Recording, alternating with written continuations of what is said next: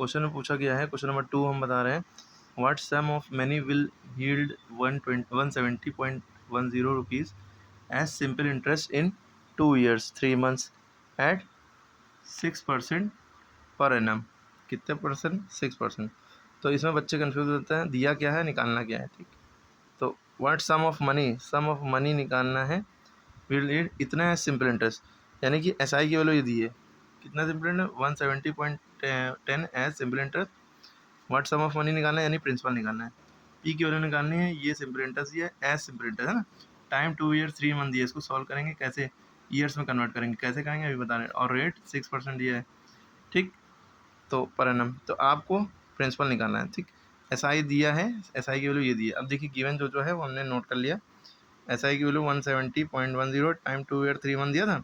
इसको देखिए हम कैसे कन्वर्ट करते हैं, 2 year का 2 ही लिखा रहा है, प्लस इसके बीच में लगा दें 3 month को ईयर में चेंज करने के 3/12 लिख देंगे। याद रखिएगा मंथ को ईयर में चेंज करने के लिए 12 से डिवाइड करते हैं, और इतने ही हिस्से को, जितना हिस्सा मंथ में दिया बाकी हिस्सा अलग रखते हैं। ठीक, 3/12, 3 1 3 3 4 12, तो 2 + 1/4 लिखिए या 2 1/4 लिखिए, ऐसा हो गया 4 to the 8 + 1 9/4 ईयर्स हो गया। कितना हो गया? 9/4 ईयर्स।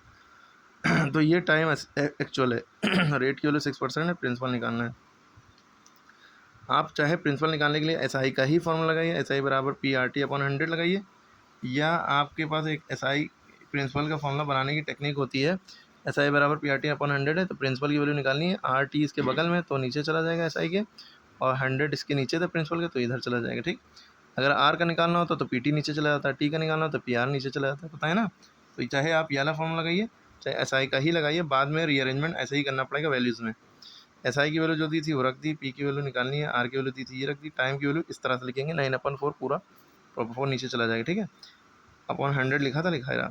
अब क्या करेंगे, वही चीज़ सॉल्व करना है, 6 9 54, 100 × 4 400, और ये जो चीज़ लिखी थी वही लिख रही है। अब देखिए यहाँ से 400 को नीचे, इधर इसको इधर भेजेंगे, इसको इधर भेजेंगे, क्यों? ताकि हम पी की वैल्यू निकाल सकें।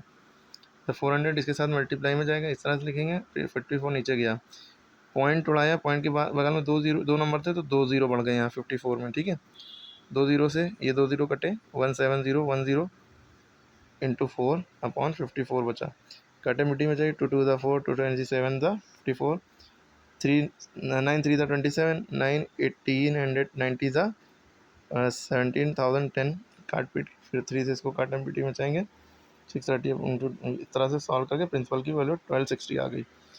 क्लियर हो गई? आई होप सो, ये समझ में आ गया होगा पूरा मामला कैसे किया गया। ठीक, पॉज करके देख लीजिए, पहले वाला सवाल का आंसर कमेंट में बताएं।